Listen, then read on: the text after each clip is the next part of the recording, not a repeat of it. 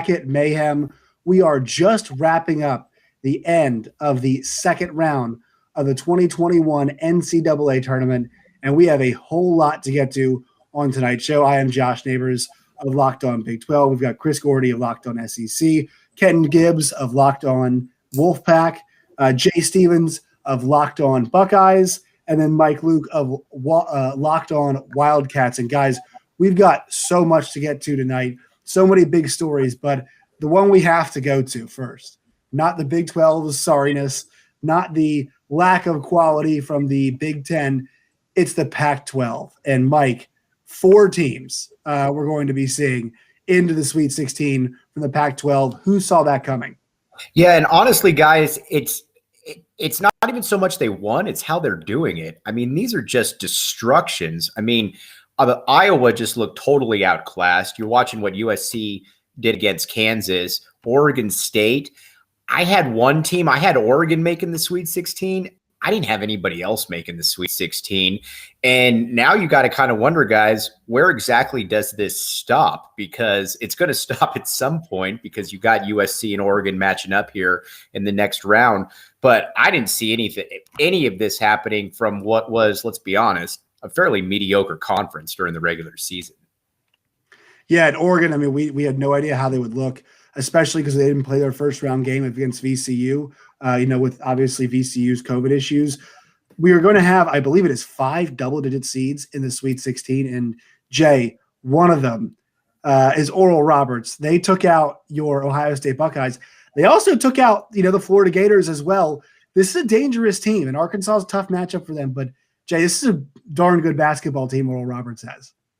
It's a darn good basketball team. It's a two-headed monster in Max Abmas and Kevin O'Banner. And Ohio State had some of the issues that they had early in the season. Those got exposed once again during that first round matchup, 3:00 Eastern on Friday. Everybody was probably watching it. Ohio State should have rolled right through that matchup. But the law firm of Abmas and O'Banner was too much, 59 points combined. And it's not just against Ohio State. They'll keep rolling. Oral Roberts, they did beat the Florida Gators, as you mentioned, and they're moving on to the Sweet 16. And they're a team with 2 guys in Abmas and O'Banner. If you're not ready for that two-headed monster, you could get upset as well. Yeah, and I love the approach Paul Mills has had. It's been pretty fun to watch. Another one of those double-digit seeds, it comes to us from the ACC, and somehow that old son of a gun, Jim Boeheim, negotiates his way into the Sweet 16. Kenton, quite a performance in the first couple rounds from the Syracuse Orange. First of all, I have huge news out of Syracuse. There's allegedly the star player, his dad and his mom have something going on. The coach and his mother have something going on. Big if true. I'm not sure. I'm working my sources to confirm. But no, seriously, old Booger Boeheim has found his way into the Sweet 16. And, it's such a Jim Boeheim thing to do that when everybody's saying the zone is done, and statistically, it was. Statistically, the zone this year was worse than it's been in quite some time. The recruiting is as bad as it's been in quite some time up there in Syracuse. And this is the year that Jim and his son, Buddy, got it together, figured it out, and his son is hot as fish grease right now. The team is playing good defense. The length of that zone is giving teams troubles. So it's March. Anything can happen, like an 11-seed Syracuse making it to the Sweet 16. And then, Chris, the 2 teams out of the SEC that we thought would be forces to be reckoned with in Alabama and Arkansas have been. I mean, not, a ton of obviously convincing wins, but that Arkansas win over Texas Tech was a very good victory. And Alabama really took care of Maryland today. Talk about, those 2 teams and really how they figure in. And, do you think one of them makes the Final Four? Yeah, when I filled out my bracket, I easily put Alabama and Arkansas both into the Sweet 16. I thought they would both get here relatively easy. Now, I thought they'd both be facing a tougher test here in the Sweet 16. I thought Alabama, would probably getting a date with 3-seed Texas here, but instead both teams are getting double-digit seeds. And I was a little jealous when they were talking about the Pac-12 getting 4 teams in. I mean, Florida really led Oral Roberts for most of that game yesterday. They should have taken care of business there. And then LSU was, fighting tooth and nail with Michigan all night tonight. I thought LSU, if they could have hit some shots late, they could have been in there as well. So the SEC could have had 4 teams. At the end of the day, they end up with 2, and it's the 2 teams we were expecting. And both of them really good. Arkansas led by Moses Moody and Justin Smith. They've been so good all year. And then Alabama, man, they come at you in waves. They can do it on defense. They can do it with Jaden Shackelford, John Petty, but they're hitting threes at a ridiculous rate once again, and they're going to be a problem for whoever they face. All right, guys, we got 2 minutes left in this segment. Fire. I want to hear your favorite moment of the tournament so far. Chris, I'm going to go back to you first. Probably Arkansas eking out that win against Texas Tech, and they got it done on defense. Texas Tech was going in for the layup to tie it, to send it to overtime. So, maybe not the most exciting. I'm sure you guys will have some other ones, but it was such a gritty win for an Arkansas team that really deserved it. Ken, what do you got? I'm going to step outside my conference here. UC Santa Barbara, the ending of their game where it was they were playing the single-digit seed, but the ending of that game was intense. I mean, it's coming down. They're fighting tooth and nail, looking to pull off an upset there. And literally a shot that the big man, Sam, normally makes for them misses just 5 inches to the right. And we have even more double-digit seeds that could possibly be in the Sweet 16. But that they missed a one shining moment clip by this much. Jay? Loyola Chicago, man, sticking with the Big Ten, but a team that's lost in the Big Ten, the number 1 seed, Illinois, in the Midwest region. I think that the country was reminded about how good Porter Moser is at coaching and how good Loyola Chicago is with the train that they are on right now. I love Cam Cartwright. I love the defense. I love the offense. I love the movement. And the country got reminded to not sleep on Loyola Chicago. Illinois slept on them, and from start to finish, Illinois got rolled. Loyola Chicago moves on to the Sweet 16. All right, Mike. I'm going to go with I'm going to keep it in conference here because we don't get a lot that we get to talk about here in the Pac-12. But I'm going to go with Oregon, and when Luka Garza got it to 8 points after getting, 30 points or whatever, and Chris Duarte just going down the lane and dunking the ball, and then they go on a 6-0 run after that. That really was kind of the moment to me where it realized that, man, this thing right here that's going on with the Pac-12, this might not be just a fleeting moment. This might be something serious. And let's kind of get into that conversation about it being something serious, or are we where we at or during the regular season, guys? This is what I want to talk about. During most of the college basketball season, the conversation was Gonzaga, Baylor, the rest of the field. Baylor hits that COVID pause. Michigan starts playing really well, and as does Illinois. And so the conversation begins, people start getting kind of off the scent with Baylor. Could there be other teams that could compete? Well, here we are at the Sweet 16. Baylor and Gonzaga, I think, have been the two of the more convincing teams so far. And I want to push this question to everybody and take it wherever you guys want to go here. All right. And Mike, I'll go to you first on this. Are we back to Baylor and Gonzaga versus the field? Are we back at that point again? I really think so. Now, if you were to ask me, do I want both against the field?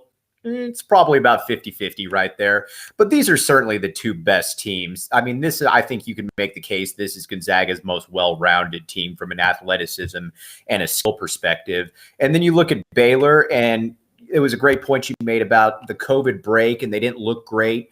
But so far, they've looked like they're back in business. And I'm not really breaking any news here, but if these two teams are playing their best ball, I think that they have the highest upside of any teams in the tournament. Jay, I'm going to you here. And do you think a team like Loyola is one that could upset the apple cart, or is that narrative of Gonzaga, Baylor versus the field what you're rolling with right now? I'm rolling with it as well, have been for quite a long time. I have tried my hardest to put any type of Big Ten team, Illinois or Michigan, inside of that. I don't think Iowa is right there at all, but I couldn't do it. When it comes to those two teams, how they're made up, how they're playing, how sound they are, how consistent they are. You see Baylor, when they're hitting on all cylinders, they're tough to stop. Gonzaga, nobody's done it all year long. Illinois, I mentioned that one team, they're not playing anymore. Talked about that earlier. Michigan, they're still playing, but at times, there are times that they don't even look like they can play with those two. I'm rolling with Gonzaga and Baylor against everybody else because they're just that good. What about you, Ken?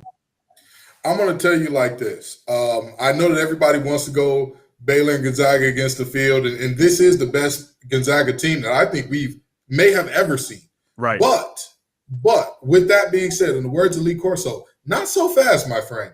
You have a Florida State team that has depth, that has length, that has experience, athleticism. There is not a single thing that you can say, oh, they just don't have this. They have perimeter shooting in space. They have perimeter defenders. They can switch 1 through 4 with most of the lineups they bring. And Hamilton brings an absolutely Hall of Fame worthy coach behind those benches as well. Juwan Howard at his alma mater. Jay, for shame to not put Michigan in that category.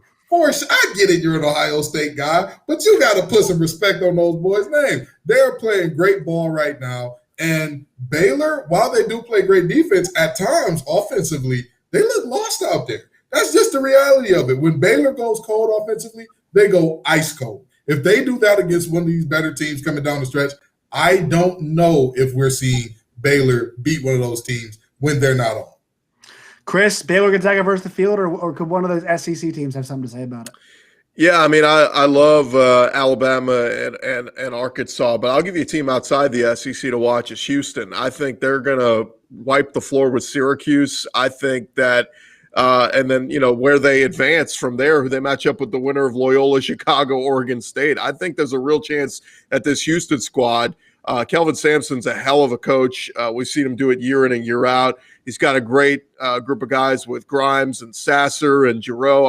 I think Houston could be a team that could absolutely hang with the types that of Gonzaga and Baylor when it's all said and done. But, hey, look, I'm a betting man, and Vegas knows something, and they like the Gonzaga and the Baylor guys. So I think there's a reason the chandeliers in Vegas are very nice. There's a reason for that. All right, guys, rapid fire here. Give me what that one team, and I know you guys gave me a couple of them, but give me one team that you guys think could upset the apple cart. Mike, I'll go to you first. I'm gonna keep it in the Pac-12, and I'm gonna go USC. And the only reason I'm doing that is because you've got statistically the tallest starting 5 in the country. You've got possibly a top 2-3 pick at worst in Evan Mobley. You've got Isaiah Mobley next to him. When they go with that zone, and you've got 2 7-footers, a 6'9", and then 6'6" and 6'3", that can be something that's really problematic. And as good as Gonzaga is, I don't know that they are a dominating team from an athletic standpoint. They certainly have a lot of shooters, but if they go cold with that kind of length that you can't really practice against, that could be interesting. All right, Jay, what about you? I'm going to stick with the one team in the conference from the Big Ten that is still playing right now. I would have to go with Michigan. You mentioned it earlier, Juwan Howard, the way that he's coaching his team up, the way that these boys are playing. And right when you think you got them, right when you think that you're going to be able to stomp on their throat, they find a way to come back. Shondy Brown with 21 points off the bench just earlier today. And I think that team right there with Michigan, as much as it may pain me to say this, they might be a team that could shock some people and make a deep tournament run. Some people say it, some people don't, but they're really, really good. And Ken, are you going to roll with the Florida State Seminoles here like you did a second ago? I would love to, but them in Michigan, I feel like that's really a fielder's choice. You could go either way, and I don't think you can go wrong with either one of those teams. So when I look at the team that I think can upset the apple cart, and by that you mean upset the Baylors and the Gonzagas of the world, Alabama, this UCLA team, they had some hot shooting nights. Good for them, more power to them. That is not going to last forever. It's not sustainable. You can't keep that going for forever. And with that being said, if Alabama rolls over them and has another night where they can rest all of their best players at the end of the game like they did their last game, then they're going to go into the Elite Eight and the Final Four, in essence, with players who have not played significant minutes down the stretch because they've been up by so much early. And in the tournament, people really undervalue how much that means. You're playing less than an AAU situation where it's 2-3 games in one day, but you're still playing at a higher volume than some of these players are necessarily used to, especially in a year like this where we've seen COVID pause here, even if it's not from your team, COVID pause there, or whatever the case may be. You're seeing a high volume of playing. Alabama is blowing teams out, and they're getting the luck of upsets happening. So they could be a team that definitely upsets the apple. Chris? Yeah, my guy Kenton isn't.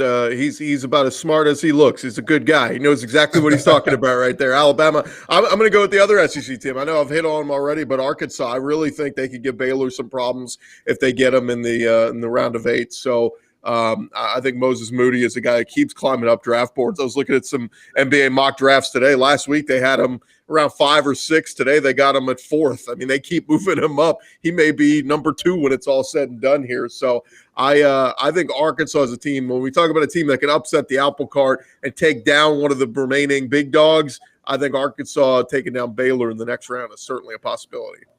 All right, so let's get to some game previews, some game picks, guys. A really eclectic Sweet 16 slate, I think is the best way to say it. First game, we have a rematch of the 2018 West Regional Final between Florida State and Michigan. That was actually a really exciting game. I think that was the closest that Michigan came to losing in that NCAA tournament run. This is a really interesting game from several angles, obviously for the rematch. New coach Juwan Howard versus kind of the old guard and Leonard Hamilton. And Mike, I'm going to go to you first. Pick for this game, Michigan and Florida State. I'm going to go with Michigan, but this is kind of a cop-out. It wouldn't surprise me at all if Florida State, for some of the reasons that was laid out earlier, did win this game. Leonard Hamilton, I think, is one of the more underrated coaches in college basketball.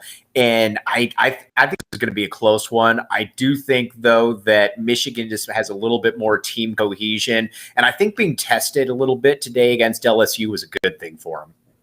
Jay, are you going to pick your heated rival? I am. I am picking Michigan, and actually my bracket is saying the same thing. I actually predicted this matchup before the tournament started, and I'm rolling with my bracket, rolling with the conference. Buckeye fans, you may hate me for this. I'm just going to be realistic. I think Michigan will win this game, probably single digits, probably a close one down to the stretch. I do believe the Wolverines will be moving on to the Elite Eight. Kenton. Hail to the victors. No, but seriously, Michigan's going to take this game. I think it'll be a close game. I think it will be a very good game. We've seen a lot of very exciting games. Can we clap it up one time for just how great these games have been so far? But I think that this is going to be a very close game because these two teams match up so well in so many ways. I will say this.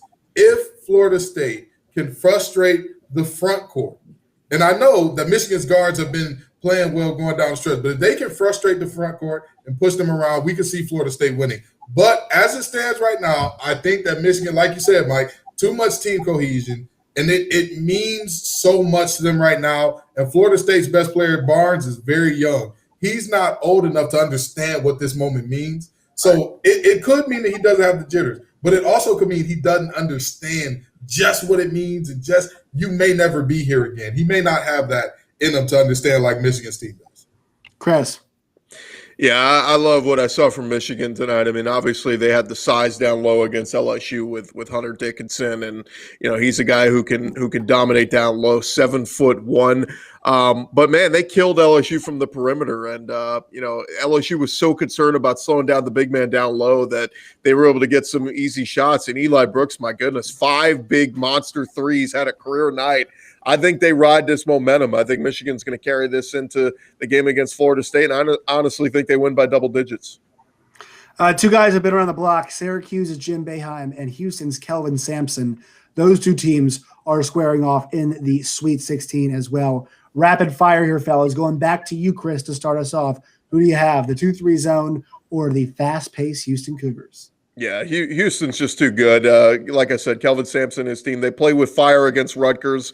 I think they come out on fire against Syracuse and put them away early. Quentin Grimes, so good. They have had some guys banged up. Giroux was playing through an injury the other night, gutted it out, got him 17 points. And a guy who's Sasser, who's been so good for them all year, had a really, really off night shooting. It was just 1 for 9 from the field. I think he bounces back, and I think Houston wins easily against Syracuse. Ken, real quick. The fact of the matter is the Buddy Boeheim show is over. The clock has struck midnight on this Cinderella. Time for that slipper to come on off. Houston's going to take care of business. Jay. The zone gets busted. I got Houston. Mike. Yeah, I'm going to agree with all you guys. I think this is Kelvin Sampson's team. And, I think they move on. I'm the only one who feels differently than you guys. All right. Moving on next. I believe, I'll make sure I don't. There we go. Villanova and Baylor. This is a super interesting game. Now, Villanova, really not the hardest schedule guys come in here. But look, no Colin Gillespie. They've gotten the job done. And so I'm going to go here first to Mike. What do you think here, Mike, in this game between Baylor and Villanova? I'm rolling with Baylor. What do you got? I'm super curious to see what the line is on this game. 6.5, I believe, my friends at Bet Online. 6.5. Yeah, that's about where I would put it. I think Baylor wins this game, but man, with the way that, like you said, with Gillespie being out, that's obviously a big loss. But Jay Wright come tournament time, you don't necessarily want to go against, but I still think that this is a little bit different of a Baylor squad. I would probably take Baylor, but I wouldn't lay those points. All right, I can't see Jay, so we're gonna roll with Chris next. Oh, we got Jay back. All right, we'll go Chris, then we'll go to Jay. Chris, yeah, I think the mullet man keeps things. Yeah, I think the mullet man keeps things rolling for Baylor. I think is just man, they're so good. It was so fun to watch yesterday, and they've been dominating. I think Villanova is lucky to be here. I think a lot of people had them on upset alert in round 1 against Winthrop. I think Baylor handles business. All right, Jay. We doing picks for this game? We are doing Baylor. Baylor Villanova picks. I'll make it quick. I'll just go one word: Baylor. I love that. Ken. It's tournament time. It's Jay Wright. It's a lot of things going for Villanova. And, NC State created one of the great memes of all time with the crying Piccolo girl. However, Piccolo girl going to be crying again tonight. It's going to be Baylor. It's going to be Baylor. Yeah, it is going to be Baylor in my unbiased estimation. All right, the final game we're going to go with here, guys. We got Alabama and UCLA. I love this game because I think UCLA is playing on the outside of Gonzaga. Personally, I believe that they're playing the best basketball out of anybody in the tournament right now. And I love the fact that they're playing against an Alabama team that's got the hottest coach in the country. It seems like everything Nate Oates touches right now, Chris, is turning to gold. What are your thoughts on this one, UCLA and Alabama? Yeah, go ahead and turn in the slipper. Cinderella is over. Alabama will dominate UCLA in this one. They're just too good. Like I said, they're so fun to watch. I've called them the SEC's version of the Golden State Warriors because they just jack up threes. Anybody on any given night can go off for them, and that's kind of like what the Warriors were for that stretch. Whether it's Shackelford, whether it's Petty, Herb Jones is like the Draymond Green where he'll just lock down anybody. He's so good defensively. SEC Defensive Player of the Year, SEC Player of the Year. Alabama, big. Kenton, what do you got? I agree. I hate to be so chalk. I really love picking an upset, but I'm not going to lie to these fans just for the sake of controversy. The fact of the matter is Alabama is too deep. And like you said, Oates has been hot as fish grease ever since he called out Coach K. And as a Wolfpack guy, I have got to love somebody calling out Coach K, finally. So thank you, Coach Oates. Hopefully you can return my pick with a win, man. Jay. Alabama. They beat Ohio State in the national championship game. It pains me. I've never been an Alabama fan. Never thought I'd be this way. But I am going Alabama over UCLA. Mike, defend your conference or pick Bama, one of the two. I can't. I don't think that UCLA is – I don't think they're very good, to be honest with you. They're playing great ball right now, but when they lost Chris Smith before the season, I thought that put a cap on it. I think this season ends for them, and I think they lose by double digits. All right, guys, awesome stuff. I want to thank Chris, Ken, Jay, and Mike. Also, our producer, Ross Jackson, always taking care of things on the ones and twos. Make sure you guys check us at Locked On Live after every single NCAA tournament game. Our hosts are going to have live reaction, much like Jay's after the Oral Roberts game. If you have not seen that yet, I cannot recommend it enough. Go check that out. But go check out Locked On Live, guys. And also go check out all the assortment of podcasts across the Locked On Podcast Network. We thank you all and have a